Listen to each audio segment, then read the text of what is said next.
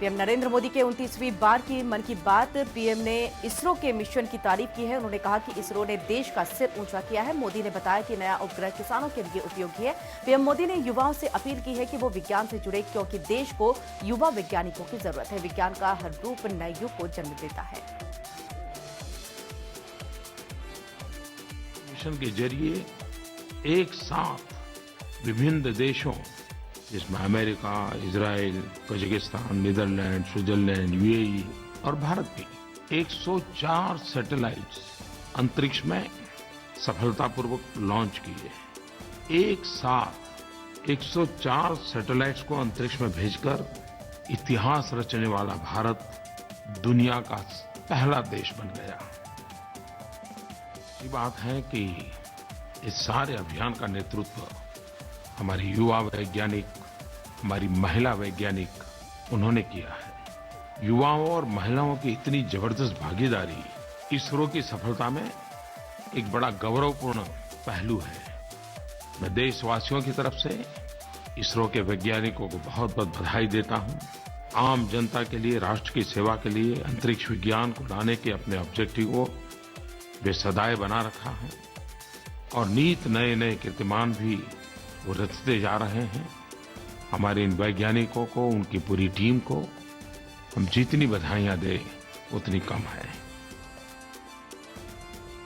लखनऊ की जंग में फिर से झंडा गाड़ने के इरादे से सूबे के सीएम और समाजवादी पार्टी के राष्ट्रीय अध्यक्ष अखिलेश यादव जुटे हुए हैं। आज अखिलेश 7 चुनावी जनसभाओं को संबोधित करेंगे, तो वहीं अखिलेश महाराजगंज और कुशीनगर में चुनावी जनसभाओं को संबोधित करते हुए लोगों से अपील करेंगे वोट देने की। अखिलेश महाराजगंज में 2 और कुशीनगर में 5 चुनावी जनसभा को संबोधित करेंगे और समाजवादी पार्टी के प्रत्याशियों के पक्ष में मतदान की अपील करेंगे।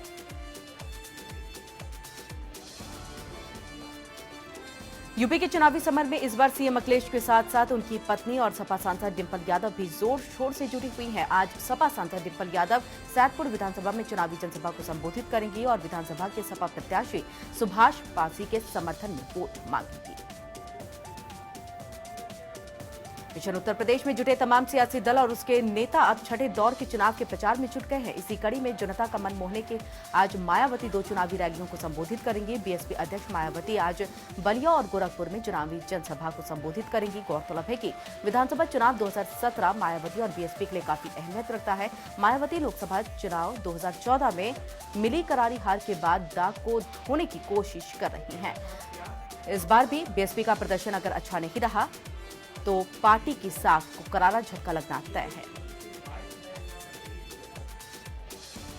शनिवार को उत्तर प्रदेश विधानसभा चुनाव के 5वें चरण में कांग्रेस उपाध्यक्ष राहुल गांधी के संसदीय निर्वाचन क्षेत्र अमेठी समेत 11 जिलों की 51 सीटों के चुनाव के लिए प्रचार खत्म हो गया।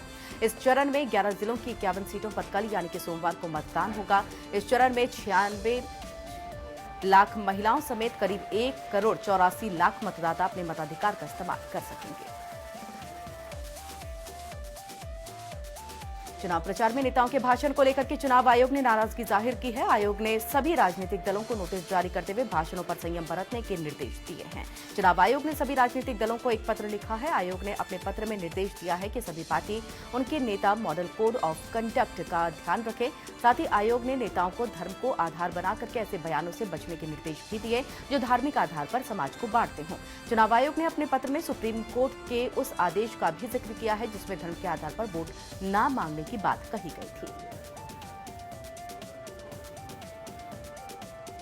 बता दें आपको कि 5 राज्यों में विधानसभा चुनाव से पहले सुप्रीम कोर्ट ने टिप्पणी की थी कि नेता धर्म के आधार पर वोट न मांगे। चुनाव आयोग ने कहा कि भाषणों पर संयम बरतने के दिशा निर्देश पहले भी दिए जा चुके हैं, लेकिन उनका सही तरीके से पालन नहीं हुआ। आयोग ने नाराजगी जताई कि एडवाइजरी जारी होने के बाद भी भड़काऊ भाषण दिए गए। चुनाव आयोग ने यह भी कहा कि जिन राज्यों में चुनाव नहीं है वहां भी ऐसे बयानों से बचा जाए। चुनाव आयोग का मानना है कि मीडिया और सोशल मीडिया के जरिए ऐसे बयान चुनाव वाले राज्य की जनता तक पहुंच जाते हैं जो वोटर्स को प्रभावित करते हैं। बता दें आपको कि चुनाव आयोग का ये आदेश उस वक्त सामने आया जब यूपी विधानसभा चुनाव में प्रचार जोर शोर से चल रहा है और अभी 3 चरण का मतदान बाकी है। धर्म के नाम पर वोट मांगा है न जाति के नाम पर वोट मांगा। इस देश में और पूरे के पूरे प्रदेश के अंदर जिस तरह से उत्पीड़न हुआ है कुछ लोगों का, उसको रेखांकित किया है केवल। चुनाव आयोग के जो नियम है उनका उल्लंघन न करें। अब उन पर एक चाबुक लगा है तो मैं समझता हूँ होश में आएंगे। कमीशन ने ठीक ही कहा है। इलेक्शन कमीशन की बात कौन सुन रहा है?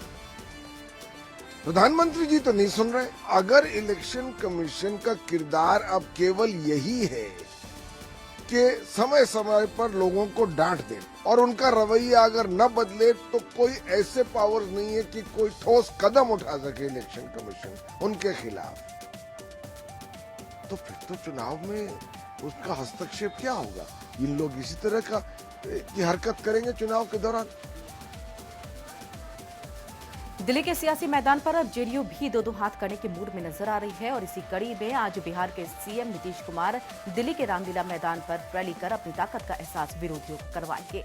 जेडीयू पहले ही ये ऐलान कर चुकी है कि वो इस बार भी दिल्ली नगर निगम का चुनाव लड़ेगी। दिल्ली में बिहारी और पूर्वांचली वोटरों की तादाद लगभग 1/3 है। पिछले विधानसभा चुनाव में दिल्ली में आप ने 70 में से 67 सीटों पर कब्जा कर इतिहास रच दिया था। उनकी इस जीत में बिहारी और पूर्वांचली वोटरों का सबसे बड़ा योगदान रहा। लेकिन अब नीतीश की दिल्ली में दिलचस्पी केजरीवाल को तनाव दे सकती है क्योंकि बिहारी वोटरों पर जेडीयू की नजर है।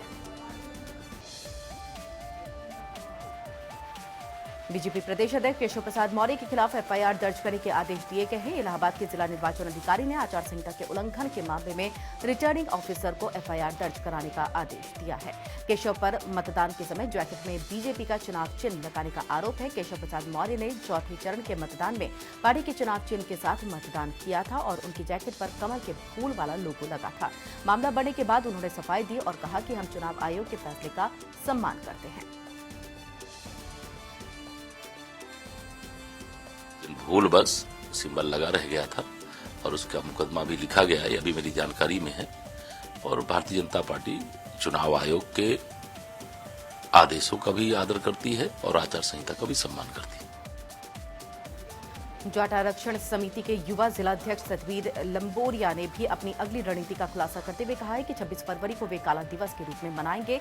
आंदोलनकारी एवं छत्तीस बिरादरी के लोग काले कपड़े अपना करके अपना विरोध जताएंगे। उन्होंने कहा कि 26 फरवरी को महिलाएं काली चुनरी और पुरुष काली पगड़ी पहन करके घटनास्थल पर पहुंचेंगे और सरकार के विरुद्ध जोरदार प्रदर्शन किया जाएगा।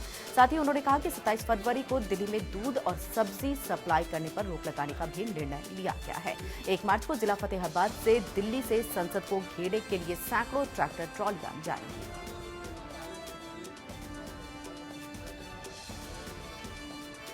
महाराष्ट्र के बीएमसी चुनाव में बीजेपी के शानदार प्रदर्शन के बाद कार्यकर्ताओं ने पूरे जोश के साथ विजय दिवस मनाया है। इस मौके पर बीजेपी नेता राहुल शर्मा ने कहा कि इस जीत से कार्यकर्ता बेहद उत्साहित है और बीजेपी इस बार यूपी में जीत दर्ज करेगी। वहीं उन्होंने ये भी कहा कि चुनाव में नोटबंदी कोई मुद्दा नहीं।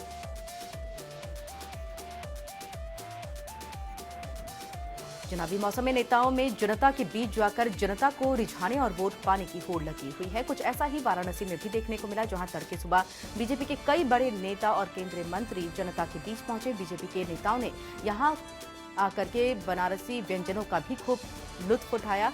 रविशंकर प्रसाद, संतोष गंगवार, जेपी नड्डा समेत कई बड़े नेता लोगों के बीच दिखाई दिए। पंजाब के जंगीरा गांव में डेरा सच्चा सौदा संप्रदाय के धार्मिक समारोह राम चर्चा के दौरान अज्ञात अपराधियों ने शनिवार को 2 समर्थकों की गोली मार करके हत्या कर दी। खन्ना के पुलिस अधीक्षक सतनाम सिंह ने बताया कि सतपाल और उनके पुत्र राजकुमार डेरा के कैंटीन में शाम 7 बजे के करीब काम कर रहे थे और इस बीच अज्ञात लोग वहां पर आए और दोनों के सिर में गोली मार दी। दोनों की वहीं पर मौत हो गई।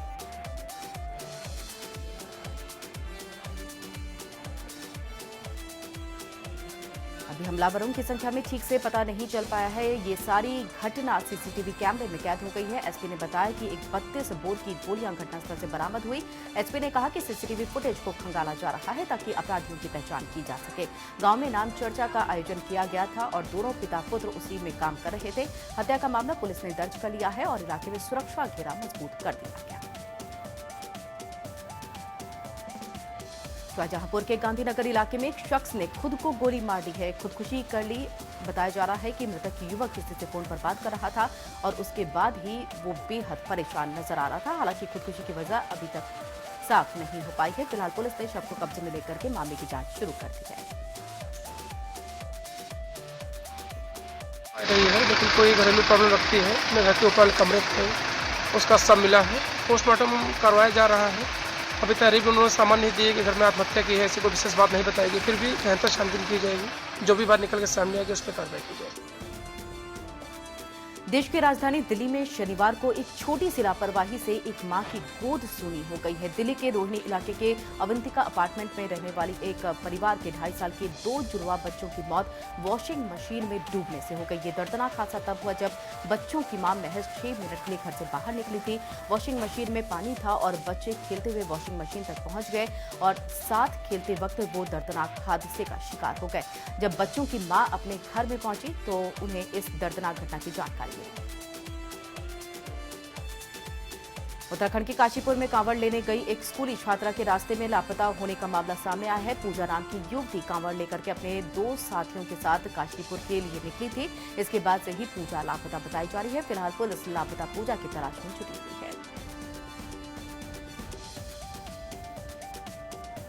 बागपत के केतीपुरा इलाके में हथियारबंद बदमाशों ने बड़ी लूट की वारदात को अंजाम दिया है। बदमाशों ने कपड़ा व्यापारी को निशाना बनाते हुए लाखों रुपए लूट लिए हैं। पीड़ित व्यापारी के परिवार में शादी की तैयारियां की जा रही थी। हैरानी की बात यह है कि मौका वारदात से चौकी महज कुछ कदम ही दूर थी।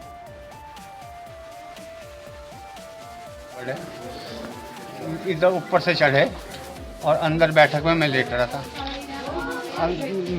था तो मैं कहने लगे हमारे पीछे पुलिस है। 10-12 लोग थे। हर के हाथ में यो थी, तमंचे थे हाथ, हर के सारों का हाथ में।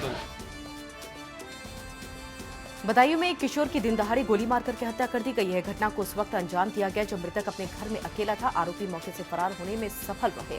घटना के बाद दातागंज पुलिस ने मामला दर्ज करके आरोपियों की तलाश शुरू कर दी है।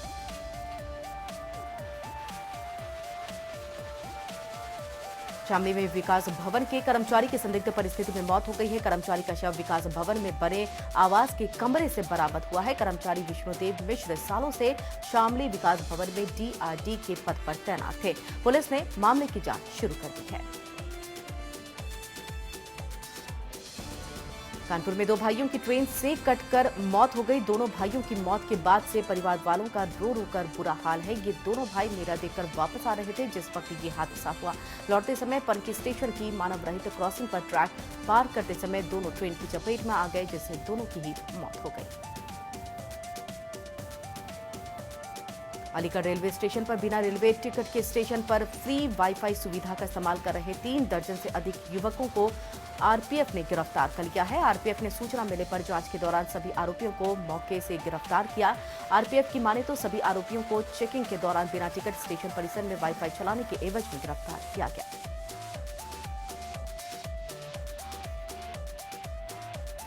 शामली में पुलिस ने बड़ी कामयाबी हासिल करते हुए करीब 369 पेटी अवैध शराब बरामद की है। साथ ही एक तस्कर को भी हिरासत में लेकर के पूछताछ की जा रही है। पुलिस को ये कामयाबी वाहनों की चेकिंग के दौरान हाथ लगी। वहीं पकड़ी गई शराब की कीमत तकरीबन 12 लाख रुपए बताई जा रही है।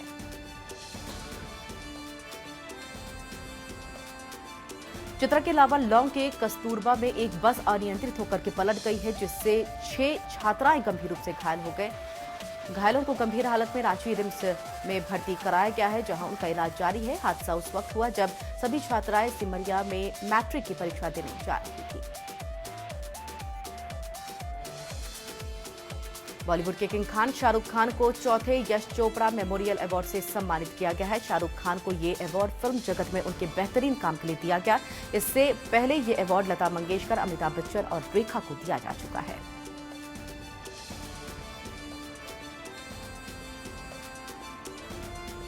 शुक्रवार को बॉक्स ऑफिस पर निर्देशक विशाल भारद्वाज की बड़ी फिल्म रंगून रिलीज हुई है। फिल्म में कंगना रनावत, शाहिद कपूर और सैफ अली खान मुख्य किरदारों में हैं। 3 बड़े स्टार्स को लेकर के बनाई गई इस फिल्म में मेकर्स को काफी उम्मीदें थी, लेकिन रंगून की शुरुआत औसत रही है और फिल्म को पहले दिन महज 15% ओपनिंग मिली।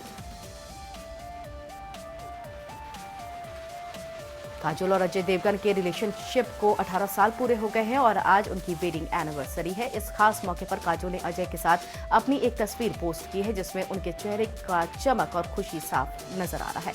अजय और काजोल की 14 साल की एक बेटी न्यासा और 6 साल का बेटा युग है।